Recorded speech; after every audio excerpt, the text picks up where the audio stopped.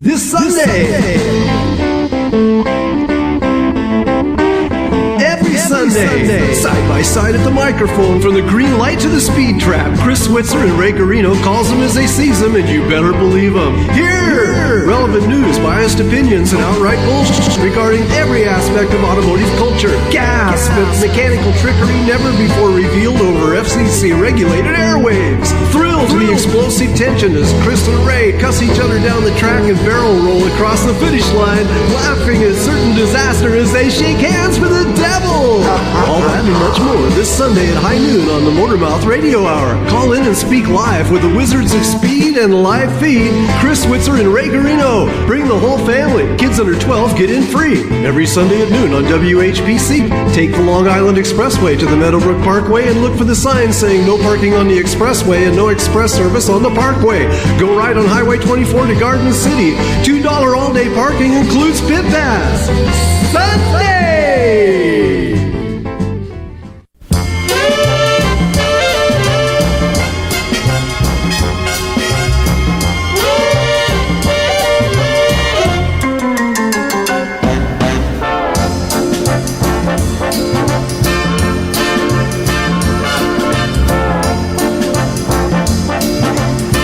All right, you haven't tuned into the Al Hurt Hour or the Batman TV show, but you wonderful.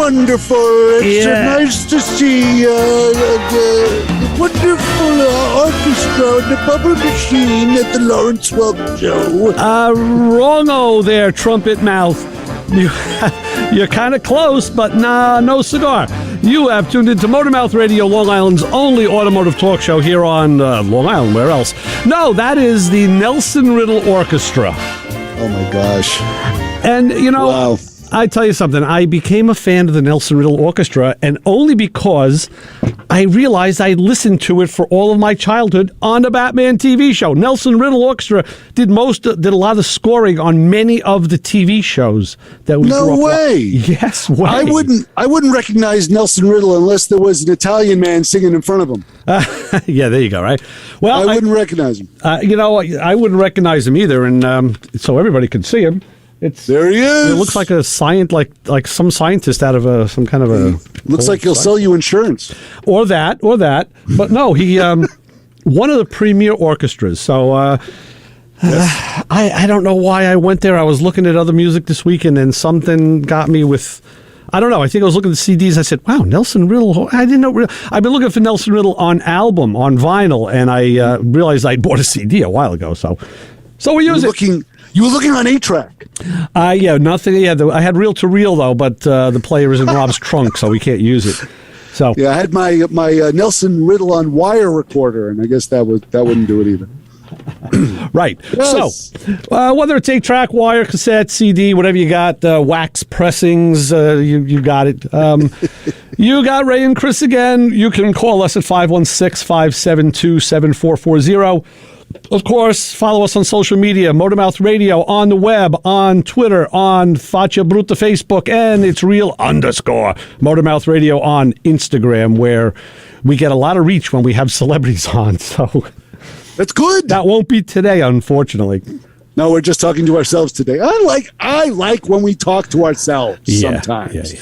It's always good. You find out what's going on in our garages. I think that's important. It is. To me, it's important. It is. And, of course, there's always stories. I got to tell you the big news. This is kind of big news in our world. Yesterday, it's not quite big news. I was working on the Corvette again over at the shop. Right. But the big news is we had the king of diagnosticians come down to take a look at that car. You had Uncle Yvonne? Joe D himself was down at the shop. Right. So let's man. But now the phones are lit, so let's go to the phones and say hi. You're on with the Motor Mouths. Hello to the Motor Mouths. Hey, what's going on? How you doing? Excellent. I've been waiting for Sunday just to ask you guys this question. I had a car problem a long time ago with another car, and you guys are the only ones that figured it out. First of all, I'm sorry that I don't remember who you are from that long ago. So who are we talking to? Bill Mack. I actually do a show on the station. Oh, okay. Oh, yeah. Got you, Bill. Yes, of course. Bill! Yes. Your tones are not as quite voluminous and baritone as they are when you're on the studio mic. Cell phones do that all the time. Yeah. So what's up, Bill? Oh, man, I have a 2003 Grand Marquis. Oh, good car. Nice.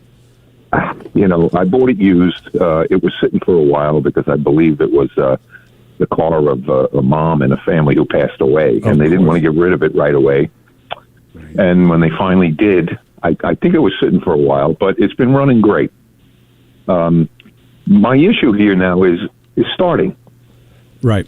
Okay. One of the mechanics says he thinks it's the gas pump, but I said, if it's the gas pump, why doesn't it crap out when I'm on the parkway doing 60?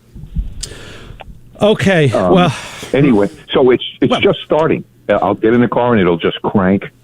I can use a starter fluid, you know, and right.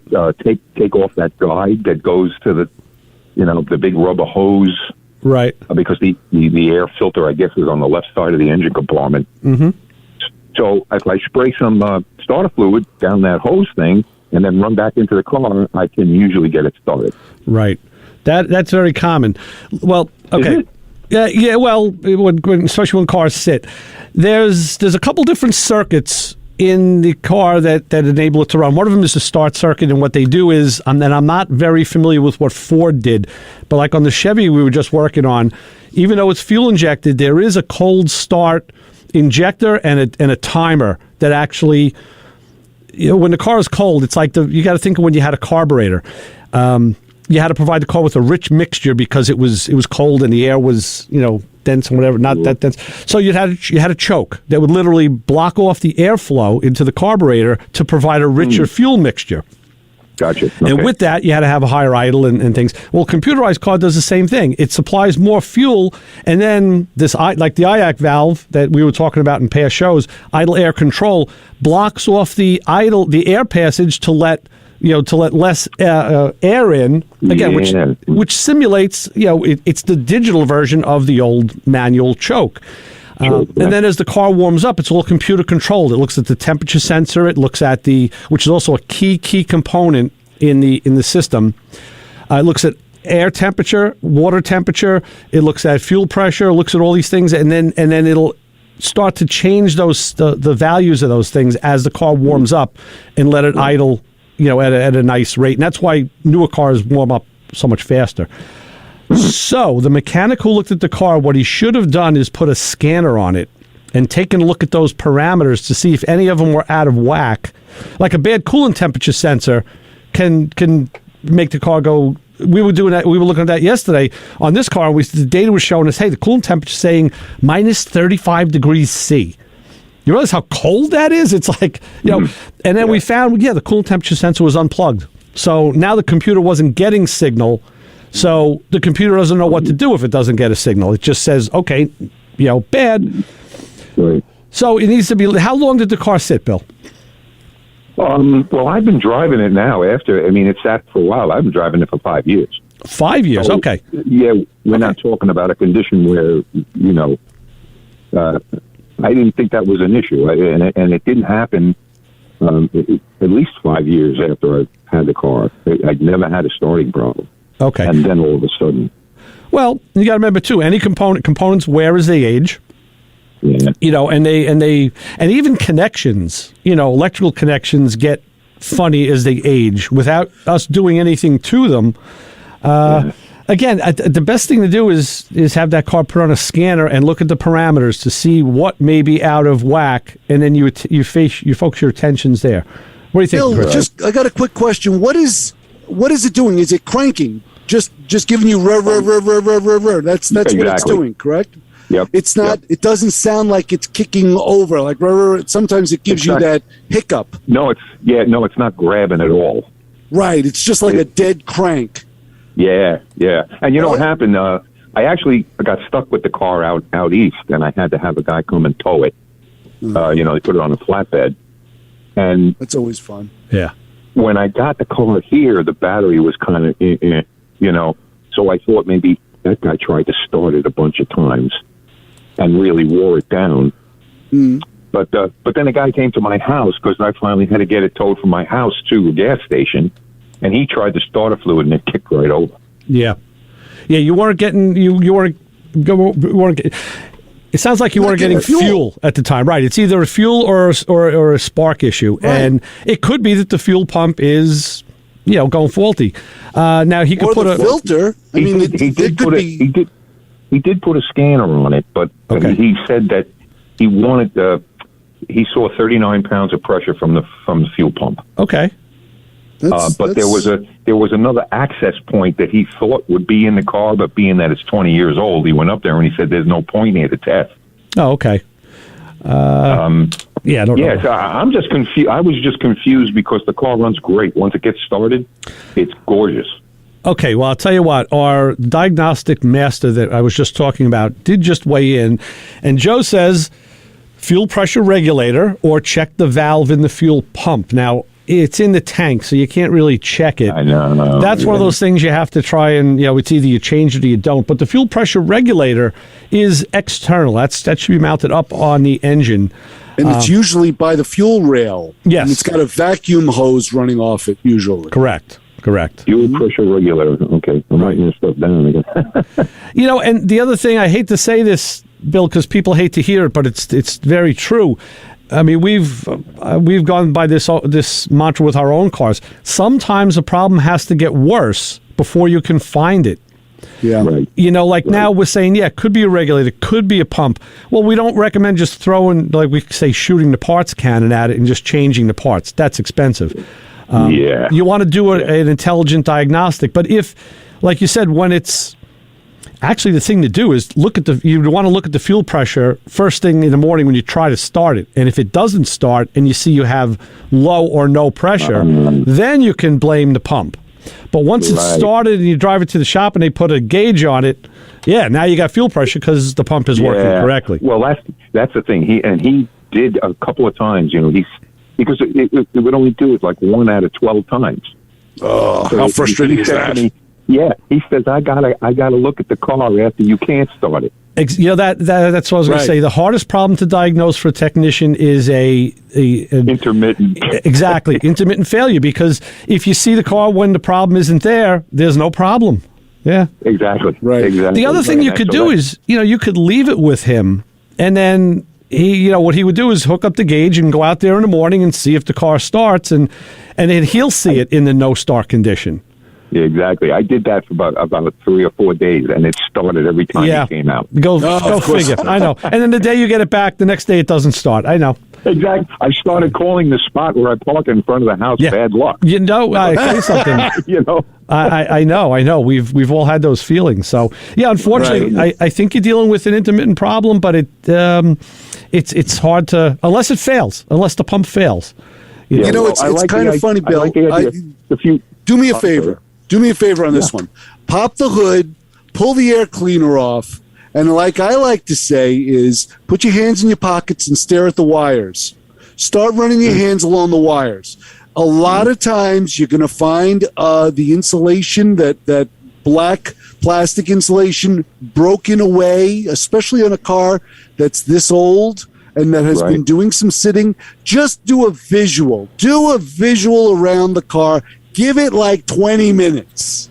Right. Just look around and see anything abnormal, wires rubbing up against something. Because I've had an issue with this with an old Pontiac where it would just quit for no reason. And I was doing like what Ray said. I was just throwing parts at this thing and it was just not starting. And I found out it was a wire that had just grounded onto a metal surface and hit the car. Our buddy Mecha Man Brian was just saying it could be even something like a sensor that loses its reference signal.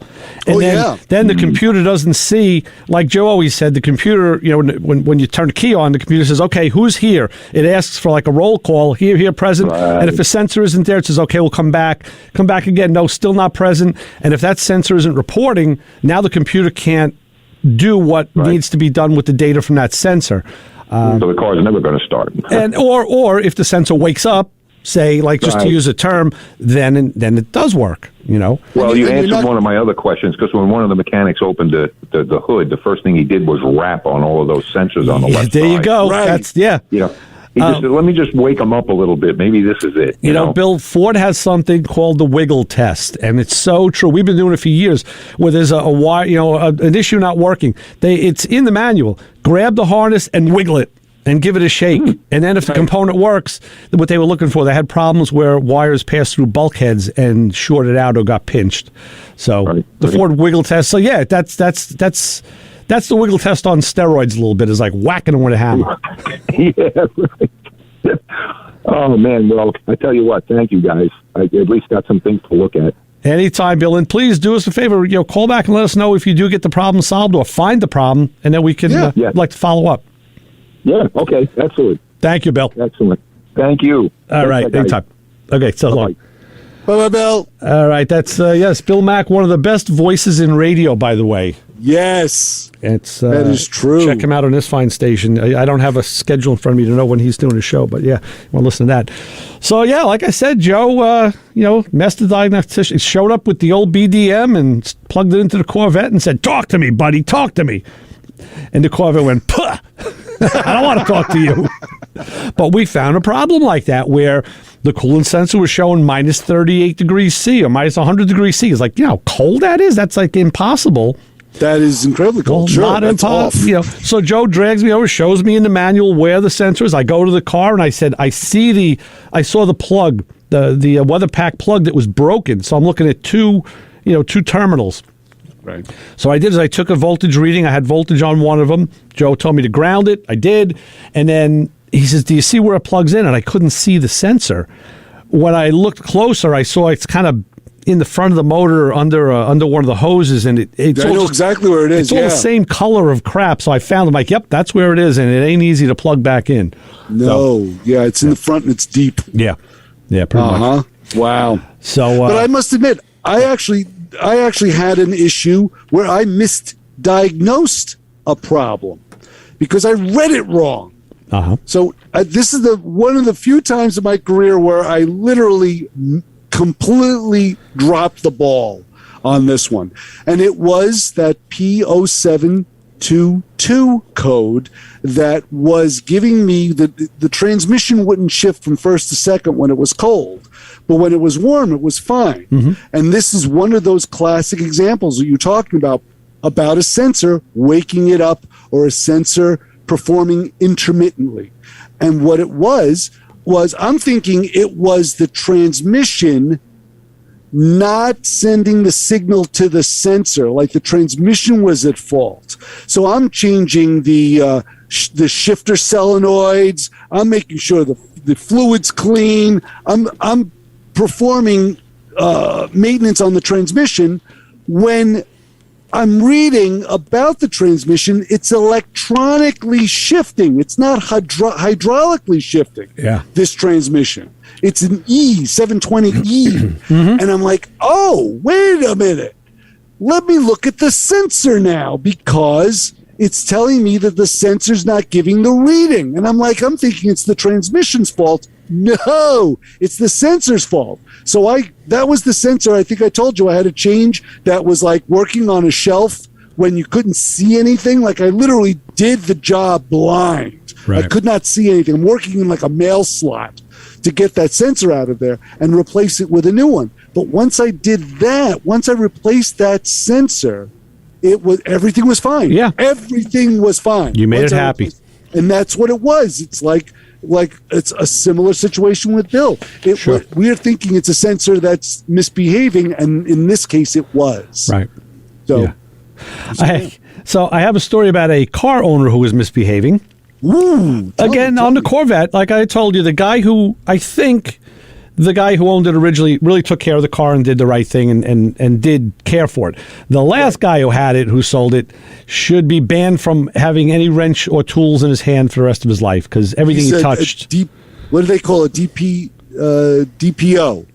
Dreaded previous owner. Yeah, right. Well, one of the things I noticed when I was doing the valve covers was, everything is kind of the same color when it's dirty, but we notice like clean things, shiny things, wet things, things that get your attention.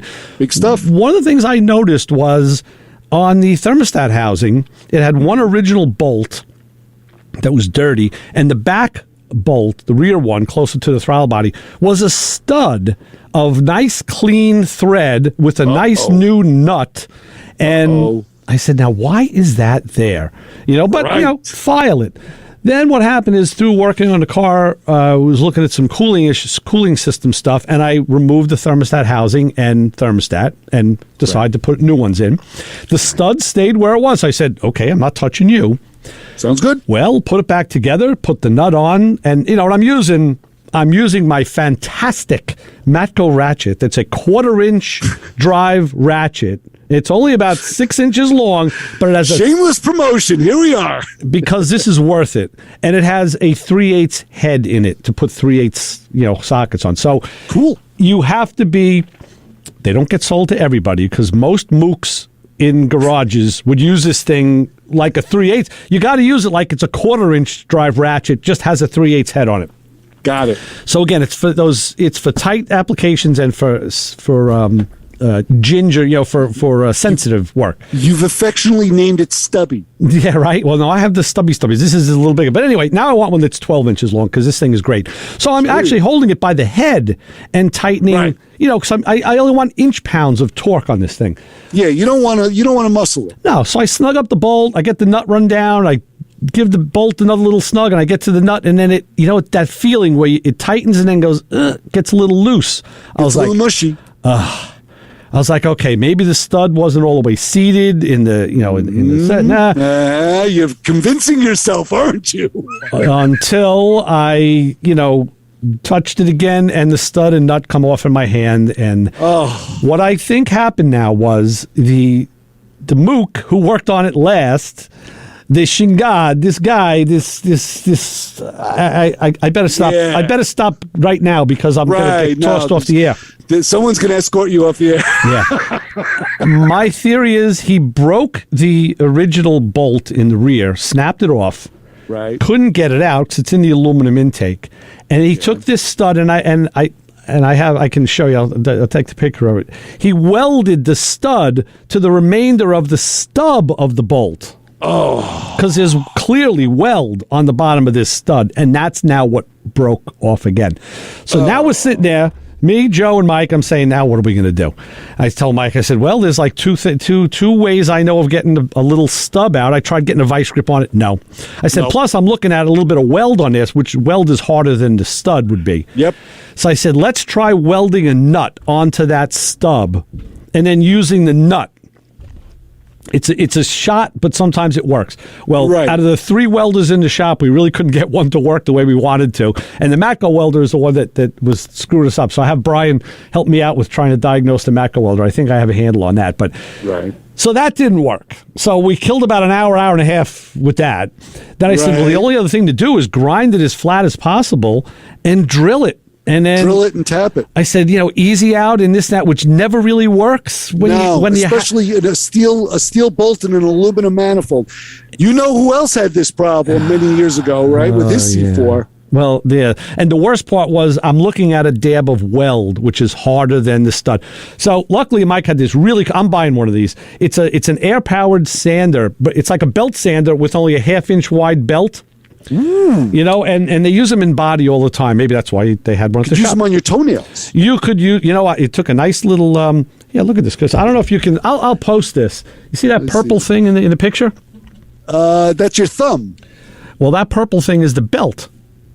Okay. I'll post this stuff on Instagram. I want to get a picture of the stud. Yeah. I left it at the shop, so I'm going to have to pick it up. But anyway, that got in there because now you're working. I had the throttle body off, but you're still working between other components. You couldn't get a grinder in there, and that thing worked beautiful. Then it was a matter of drilling, and I couldn't drill straight. I was on an angle. Oh, you're kidding me. Anything else can go wrong? Well, this took another couple hours, but finally I took the TBI unit off. I took the whole air plenum off, and that gave me a better shot. Was able to drill it, and never did get it out with an easy out, but I was able to drill it large enough and use a 3/8 16 tap, which was like a size 356 drill, I think, something like that. It was, and tapped the hole, and I said, you know what? Oh my God, this is never going to seal. Well, put it back together, and you know what? It didn't leak. It didn't leak. Nice. So the whole day really was comprised of this problem here with this stupid thing, and and equipment failures. So we finally did get to look at it later on, and we got some data on the thing. But yeah, it's just amazing when we said, how things can trip you up. You try and do one thing and something else happens. And then the subset of that, the things that can go wrong. Oh, and it all comes down to, now that you're into it, you can't go back. You got to keep going. You got to keep plugging away at it, That's how I ended up taking the transmission pan down on the tracker and snapped one of the bolts. So I had to do exactly what you did, only upside down. At least you could sit on a bar stool, otherwise known as the front tire of any C4 Corvette. Let me tell you something about that. Yes. I don't know how you got in it, but I could maybe get my foot between like the tire and the rear of the wheel well, not the front. Don't wear your steel-toed. I got stuck. I got stuck. Oh, you do? I was sitting on a tire and I was comfortable working, but I couldn't get out. I was like, get me out of here. It was easy. I was going to reach over under the lug nuts. Like, get me out of this freaking thing. It trapped me. Yeah, it was not easy. No. It's an ankle buster, too. Oh, well, I'll tell you, it was nice having the nose open and have access to the engine. Yes, I'll give you that. That was very nice. But yeah, but it's useless because you have access to nothing. Maybe the master cylinder, maybe the slave cylinder on mine was the manual, the 4.3.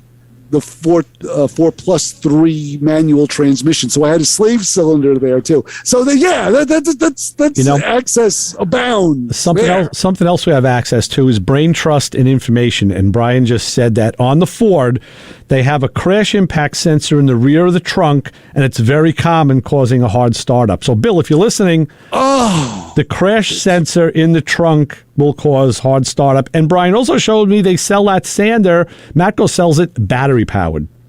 Like, okay, Brian. So you know what? When I get my other Matco battery powered tools, of course that'll be compatible with it. I hope so.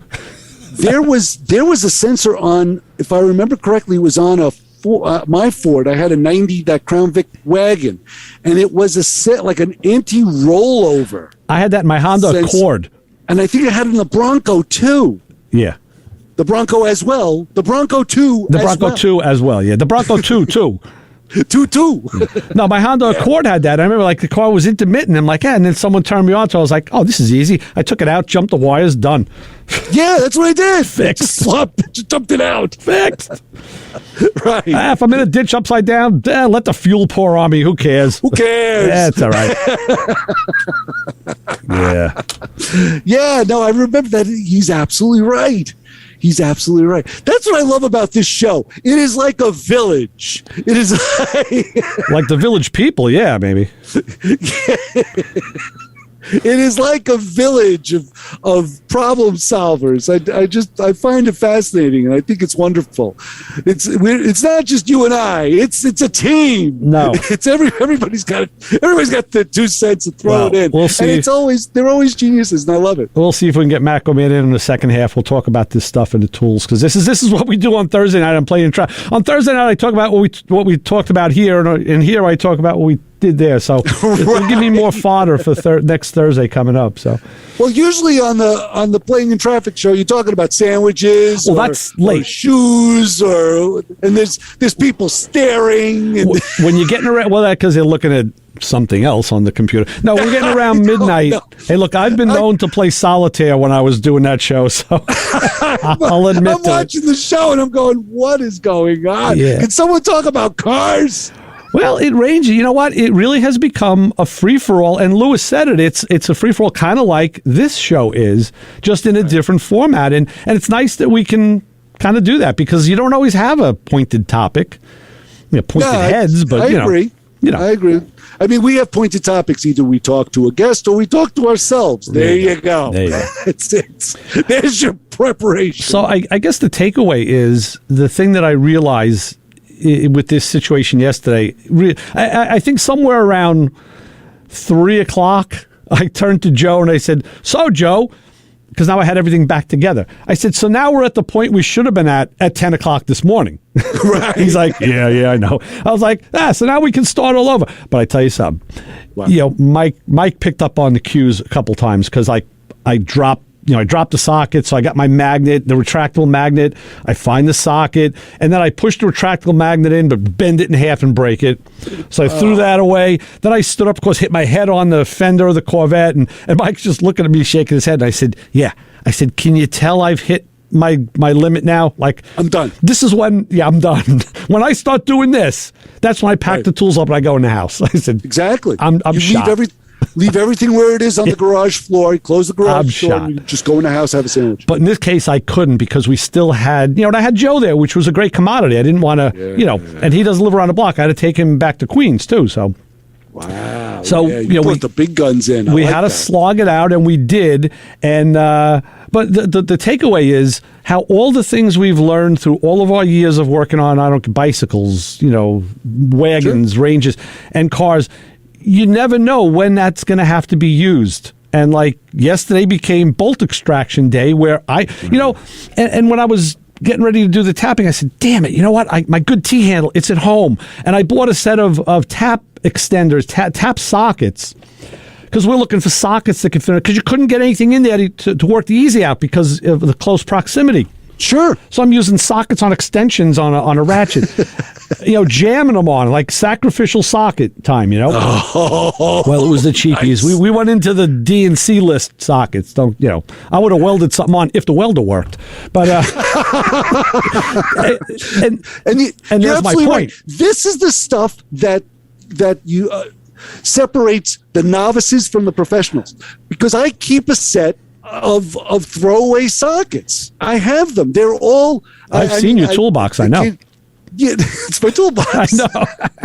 But yeah, I have a whole bunch of those sockets because there's going to be a time where there's going to be that round nut that you're going to have to take that old socket, and you're not going to use your Craftsman or your S&K or whatever. You may use a Craftsman. Keep going. You're never going to use the Husky. Keep going up the chain. Keep going, because we're not using those really good ones. I know you have sockets that are made out of gold. I know. Oh, that's the titanium. Well, that's the presentation set that you just have in the house. Right. It's like a chess set on your coffee table. Right. I know. Right.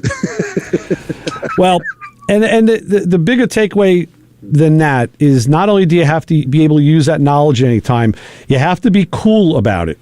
Yeah. You can't be flustered. So if you have trouble with that, then you should tune into this station Thursdays at 7 p.m. to listen to Play It Cool. How was that? Cool. How's that for segue, huh?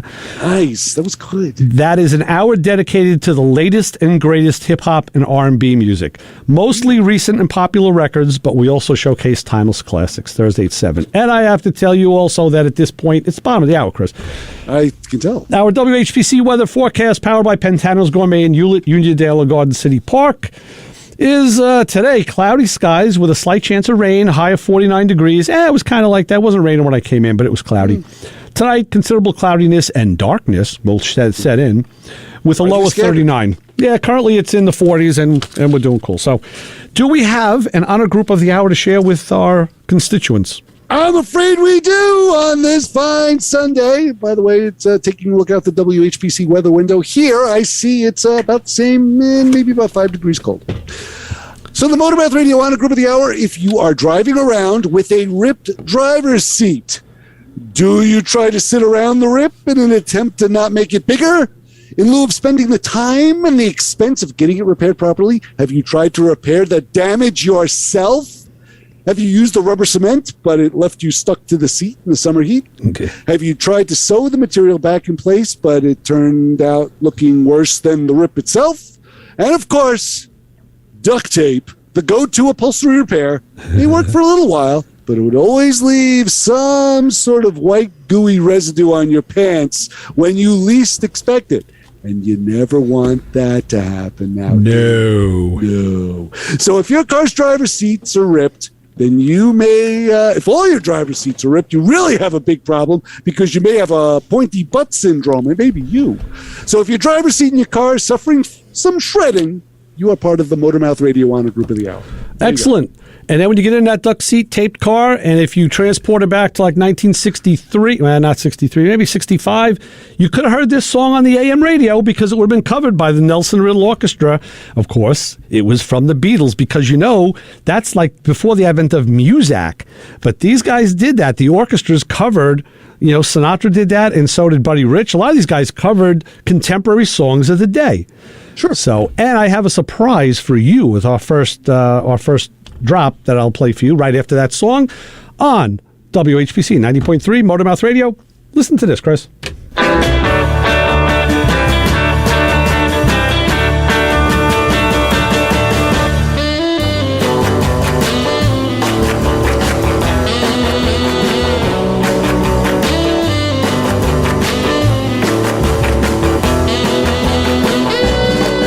Okay, Mark Warman here from Graveyard Cars, hanging out with my buddies at, what's the name of it again? Motormouth Radio.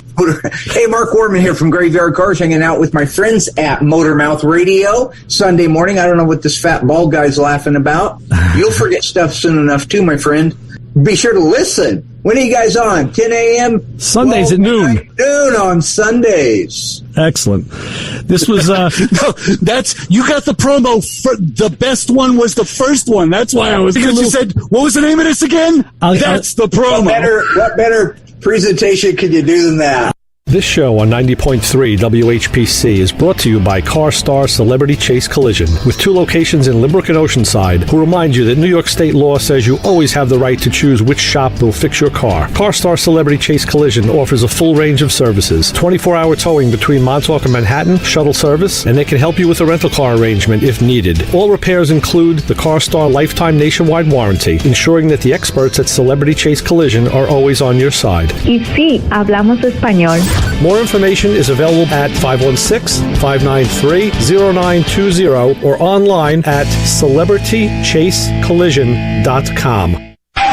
You're listening to the Motor Mouth. Hey, how's it going? First time caller here. Everybody on a Sunday, work on your car and listen to the show. Hey, it's always a pleasure. Chris, I didn't get to chat with you. This is a great show. I'm checking off all the boxes. Motor Mouth! Hey, I don't mess with stock. Stock stinks. He was under a car or under somebody else's car. I wanted to commend you on your selection of music. Motor Mouth! Cars are for driving, not for eating it. Even if Ray is talking to Chris on the phone, Motor Mouth! In the same room I'm doing my show. Get some advice on getting my lawnmower to start up. Our trained staff of 2 will help. Typically, we don't work on that kind of car. Yeah, I was going to call in and you just mentioned my dilemma. Quite frankly, there are better things to do with your time. Every Sunday, 12 o'clock, my phone goes, Motormouth Radio. Yeah, I want to know what is wrong with my car. Nobody knows your car's like you. Ray was here early, but then he had to go through this thing that he does on Sundays. And what do you have, like 9 people listening to you right now? Motormouth! Millions of listeners, 9 paying attention. Hush your mouth and play some more good music. You just went for 2+ hours on Thursday talking about cars and stuff. I want to see you do 2 minutes. Because you are a motor mouth, my friend. I am a motor mouth. Let's face it. There are answers, sometimes correct ones, and we may have them. Motormouth Radio, 90.3 FM, WHPC. Motormouth! Hey, you, get over here. Every Sunday, 12 to 1, you are going to tune in to hear the Motor Mouths, my friends Ray Guarino and Chris Switzer. 90.3 FM, WHPC. You might learn something.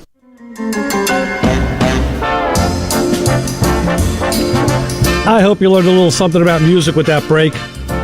You know what? So let's go right to the phones. We have another caller. We'll go to the phones and go to the fun and say, hi, you're on with the Motor Mouths. Hey, it's Joey B from Limbrook. What are you guys up to? Long time no speak, guys. Joe, how are you? What's up, Joe? Yeah, with the guy with the Hyundai Odyssey. They used to call it the Exxon Valdez. Oh, yeah. That's right. That's right. Yeah, you guys are hilarious. You teased me. I was ridiculed in Limbrook and Malvern because you guys. Well, you know what? It is kind of our stomping ground, so everybody knows us there. So I'm sorry about that, Joe. But everybody. Yeah, but more importantly, I got a good question for you today. What do you got? I no longer have the Odyssey, which I miss her very much. She was a warrior, but she had 300,000 and change miles on her. I just couldn't afford to put any more money into her. We done a lot of work on her, but she had like a go-kart. She was cute. So more importantly, I got a 2016 Hyundai Tucson, which has a huge recall. I know that already, has to be taken in for that. But I got a bearing hub problem on the right-hand side. I know it's right front to right rear. Do I change all 4 bearing hubs, or just the ones that necessarily have to be changed? Right. Oh, the question is, should you change them all or just the ones that are bad? Yeah. Oh. I know you think the ones are bad. I just change them all at the same time because I get a lot of conflicting conversations about it. It's always interesting. That was what Joe calls Swiznostics, where, Chris, you championed that about if one sensor is bad, change them all because they're all the same age. There is some thought for discussion in that. It's funny, Joe, because when you said, I thought you said, I changed them all, I was all ready to say, that's great. Exactly. You did it.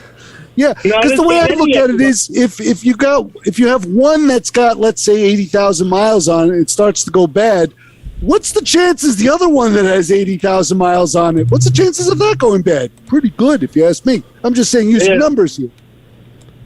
So I figured I might as well do it because I'm going to change the brakes all the way around and stuff. And I'll tell you this, if you plan on keeping the vehicle and, you're going to have it for the long haul, it's yours. Yeah, you know what? I could even see there's some validity to that because, this way you don't have to do it again next year. So, right. Well, with this recall, Honda extended the warranty to 150,000 miles now.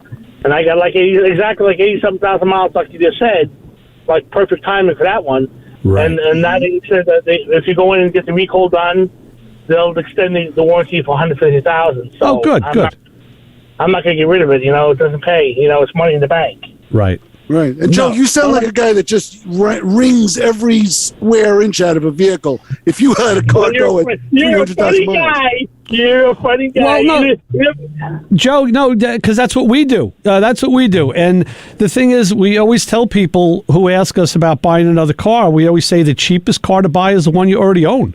Sure. Because unless it's totally trashed and it's time to go, you can get more life out of those cars, sure. You're not kidding. It's better the devil you know than one you don't. Exactly. So I say, do it, and then you know what? Report back to us and let us know how it all works out. Yeah. Yeah, you guys do well. Good to speak to you. I miss you guys. It's a pleasure, Joe. Good talking. Don't be a stranger. Call again. Yeah. I will. You guys, when you come over to Linebrook and Malvern, come to Chase and bust the cops. I was just over that way. I just went through Limerick and Malvern yesterday, in fact. So, yeah, I'm always in the area. Well, all right. We'll have to meet. Anytime you come over, you come pass us by. All right, Joe. Thanks. Take it easy, boy. Thank you. So long. Take care, Joe. All right. And of course, your surprise, everybody's surprise, was we had our new the promo drop from Mark Warman. That was great. Which I figured, hey, you know what? We we're maybe saving that for other things. I said, hey, you know what? We can use that weekly. Let's. So again, the edit went to another editing process to even clean it up even more and make it smaller. And yeah. It's funny because I'm wondering, who is he talking about? Bald fat guy. I'm not bald. I'm not fat. Mark was talking about himself. Oh, I was like, okay. That's his self. Who's he talking? No, that's his self-deprecating humor. He does that on his show, and he does that about He's himself. Not bald. He's not fat. No, what I know. What's he talking about? He's got a spot, like a lot of us do. Oh, who doesn't? I know. Yeah. Who doesn't have a Father Juniper up there? I mean, come on. That's our clientele. That's our demographic. Those are our listeners. Right. We're proud to say. Right. Exactly.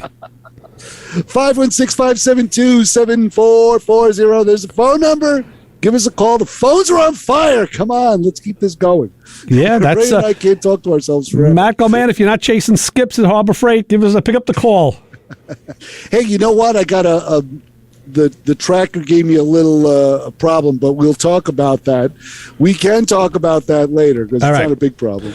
So let's see if the Harbor Freight line is open. We'll go to the phones and say, would you like mustard, onions, or cheese with those dogs, sir? Hey, guys. How y'all doing? Say Maco Man. All right, Brian. How are you? What's up, my brother? We're just, believe it or not, slowly cleaning out the Bat Cave to unveil the hot rod because, this year we're we're going to get that thing at least to roll. You know what I'm saying? So nice. Slowly working and trying to stay out of trouble. Yeah, well, if you do that, you will stay out of trouble. Yeah. Brian, don't tell me you're cleaning up you're not cleaning up your background on the show. You're not cleaning that up. That is my main source of entertainment when I watch you guys. Oh, they should. Well, tune in next Thursday because it will change. Because, like I said, slowly going through. One for me and one for the trash can. Type thing, and cleaning out. So it's tough. I'm trying to do the same thing. I'm going through, and you'll probably understand what I mean. I started with my desk and some papers. I went into my file drawer and I'm pulling out old files and like just getting rid of old paper. And like I had a stack, a couple inches. I'm like, wow, that was a lot of work, man. But I felt like I'm parting with a lot of stuff here. But to me, that's starting. That's like it's even hard to do that. But you know what? I gotta start purging somewhere. So, and it's I'm fun. A lot of guys both. Oh, it's the 12-step program. And, exactly. Still working on it halfway. Yeah, but it's taken me 25 steps so far. So, yeah, that's a hell of. I mean, I'm up to 10,200 steps already for the day. So, wow, that's a lot of steps. That's cool. So, Brian, let me ask you now. You sent me a picture of that of the little belt sand. What's that sanding tool? What do they call it? Is pocket belt sander? It's a belt sander. Okay.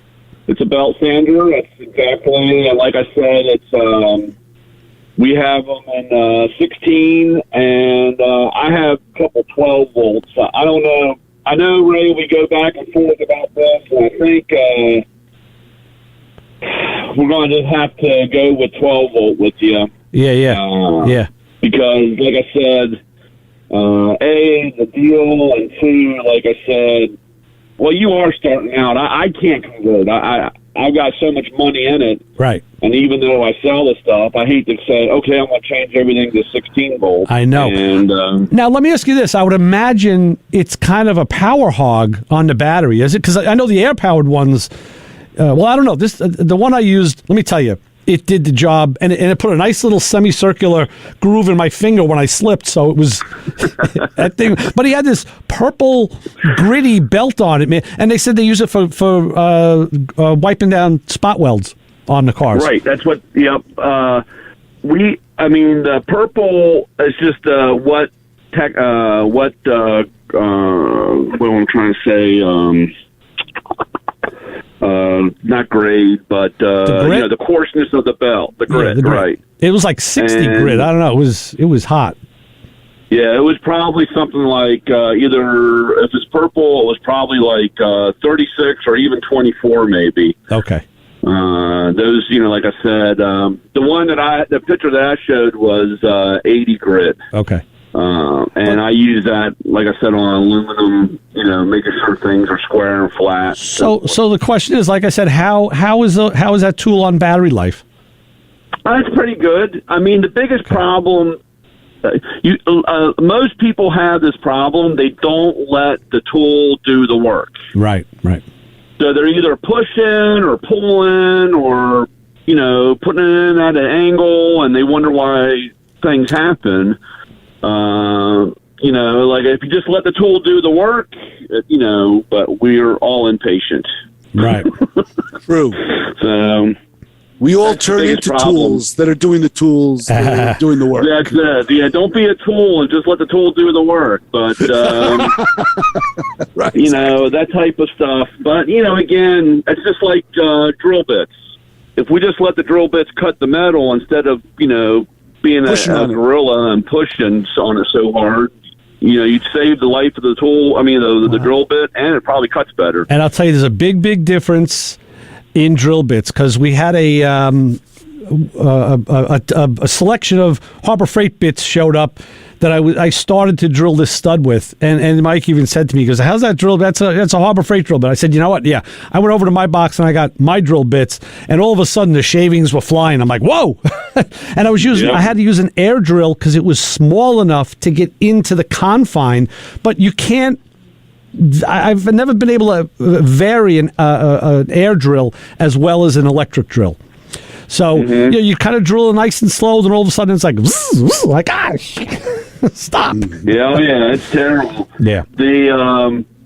But like I said, I'm looking forward. Can't wait, and hopefully you're still having Luke and Eddie coming on from one from Easy Red and Lyle Tools. I'll be seeing them in about 3 or 4 weeks at our tool show, and we actually have Luke Tucker. Texas. We have Luke Tucker scheduled for February 12th, and I actually, I have to talk to him because one of my Easy Red lights. The one I have at home that doesn't get used as much, it kind of fell apart on me. It's like the casing separated, one of the magnets fell out, and this thing was not, I mean, it's not even dirty. It was not abused. So I got to talk to him about that. But I'm looking forward to talking to both of them. Jeez, my Easy Red light is always attached to my head. The neck light, it's got paint on it. It's got grease on it. That thing just takes a lick and keeps on ticking. That thing. Yeah. Charge it up. Yeah, that's awesome. Rock and roll. Yeah, good stuff. Good stuff indeed. Yeah. So, that's... So, like I said, stay, for Chris and his late night to help him put him to sleep, he can check in. Yeah. My background will change, and hopefully... you got to keep stuff there. I got to. The other thing I want to mention while we got Brian, that this is another one of the importances and the things that you don't get when you shop at Harbor Freight. I had an issue with this welder yesterday. The wire was stacking up. I did some quick diagnostics. It was easier to go to the next welder. But I sent the pictures to Brian yesterday evening and mentioned it to him. And he came back with a whole bunch of issues I should look at. That's great. That's what you get when you have a tool guy that you don't get when you go to like a Harbor Freight, or even if you go into Lowe's and buy your stuff. The guy in that aisle doesn't know this stuff. No, of course not. Well, that's like, luckily, with the my bat phone's always on. You can show the little tool truck in the air light, and I call and respond. That's right. And again, that is the beauty of having a tool truck guy who's, everybody's vested in the same entity at that point, and it is that tool entity. And that's why some tool truck guys don't make it, because they don't have the level of customer service, and guys say, hey, screw this, I'm going to go somewhere else. Yeah, that's true. It's not a job, it's a lifestyle. Well, thanks for doing it the right way, Brian. You're one of the best out there. I appreciate it, guys. Y'all be safe and stay clean. All right, Brian. Talk to you soon. Yeah, the next time I can't sleep, I'm going to watch the show. But all right, no problem. All right, see you guys. All right, so long. Take care, my brother. Be safe. That was Matco Man Brian. You can follow him on Twitter and Instagram and Facebook too at Hey Matco Man. He's got all his cool stuff. And you can listen to him on Thursday nights on Playing in Traffic with us. He's one of our regulars, and you can enjoy his background for a short time, I guess. Right. Because it's going to change, and I'm not happy about that. But hey, progress is progress. Right. Well, yeah, you have to clean up, and yeah. And I know, it's so funny because you always make that statement, I got to clean up everything. Meanwhile, like you handle a stack of papers and you're looking for a medal. Hey, it was forward progress. I guess you got to start somewhere. Yeah. All right. There's a long road ahead of you, my son. There's a story out now that's pretty interesting. It's about, we've talked about this, software run cars, right? Yeah.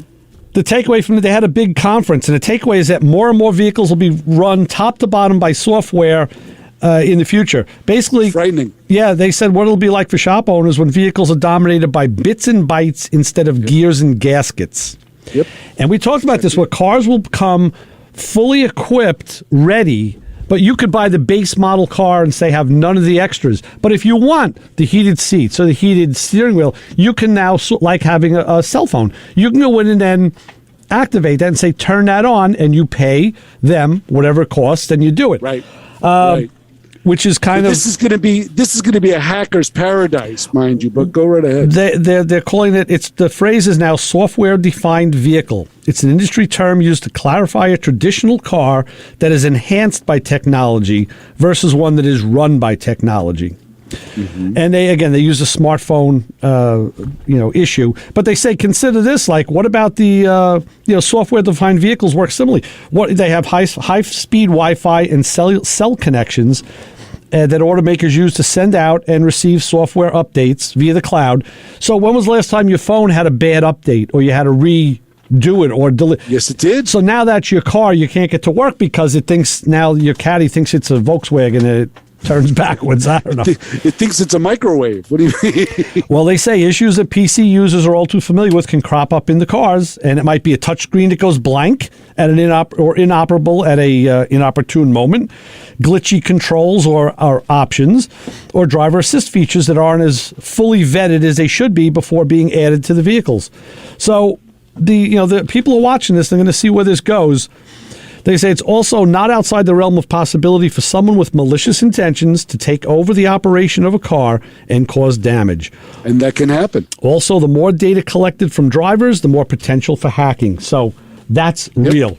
Yeah, and that's coming down the pike. Keep your old car, and like Dan Short says, keep one that still has points in it if you have to. It's true, because now you're talking about privacy that's in question. You're talking about something that is beyond your control that you're operating. Right. It's a little frightening to me. Not only the privacy issue, but the fact that I don't know what's going on in that black box, and you don't know who's updating that black box. You don't know who's tampering with it. Right. And you're driving around in this thing. And that's a little unnerving to me. A lot of people will never think of it that way, the people who are non-technical, non-computer types. But the ones that do will. Let's see if we can sneak in a quick call. Hello, caller. You're on with the Motor Mouths. Yeah, no, really quick, so it'll be a short one. Seeing articles on New York wanting to put speed limits on the in the car, like you said, with the software. Oh, yeah, sure. Mm-hmm. That's also true. And they're also looking about setting up kill switches, so when a cop's following you, you could just throw a switch. Well, that's you know what? In the digital electronic world, that's entirely possible, Joe. Yeah, you're right. That could happen. Very true. So that's why I said keep your old car with points and fly under the radar. I try to, but they keep falling apart on me. I know. I know. And it's hard to get the good parts to build them back stronger these days. I'm with you. I know. You used up all the duct tape. Right. All right. See you next weekend. Thanks, Joe. Thanks, Joe. Joe Undertaker. So yeah, it's always good to hear from Joe. I love it. Yeah. But he's right. There are those features that are now beyond your control. Not that you're going to go run away from any bank robbery, but there is an opportunity for you to be controlled. It's entirely possible. Do you want that? Yeah. That's up to you. That's your choice. It's entirely possible, yeah. And I find that I always say, you know me with that theory. There are going to be carburetor people. That's what they're going to call us. And there are these people that are going to benefit from a car being a self-serving machine that is not associated with any sort of technology, and how you can, with that machine, you can keep your privacy. You can keep your anonymity. Yeah, you can keep that, and no one knows where you're going. No one knows where you came from. You're driving a carbureted vehicle, like you say, like Dan said, with points and a condenser and a rotor, and all its electronics are contained within its own system. It's independent of everything else, and that's going to be pretty valuable in the future, I think. You know what? With that, I know where we're going, and it's out the door. We've done it again, Chris. That hour went poof, it's pooficated, burned. What do we tell everybody who's waiting for me out there in the parking lot? Don't follow us home and keep your duct tape to yourself. You got it. For Chris Switzer, Ray Guarino will be back with more Motor Mouth Radio next week on 90.3 WHPC. See ya. See you, bud.